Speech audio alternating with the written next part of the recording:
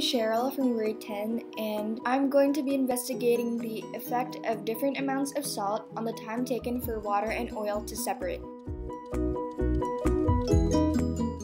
First, prepare all the equipment and materials on the table.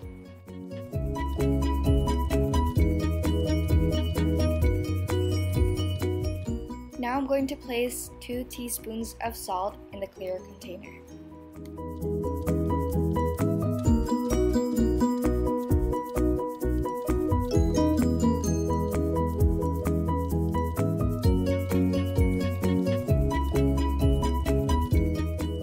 The next step is to pour 50 milliliters of distilled water in the same container.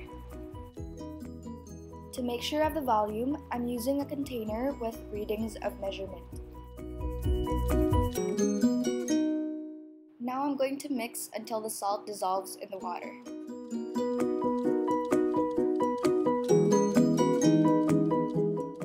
Next, I'm going to be pouring the salt water mixture into a different clear container.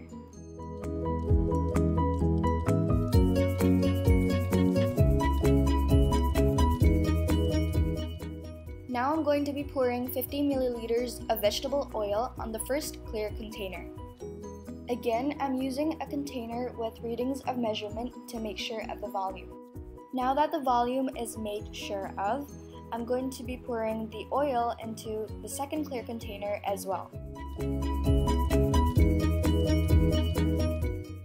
Next, I'm going to close the lid of the container tightly and make sure that it's secure.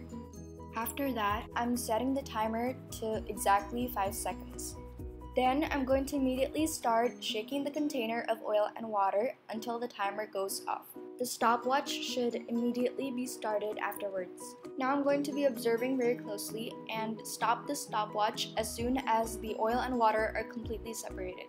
Finally, I can record the time taken for the separation of oil and water. Here is the result after the separation process.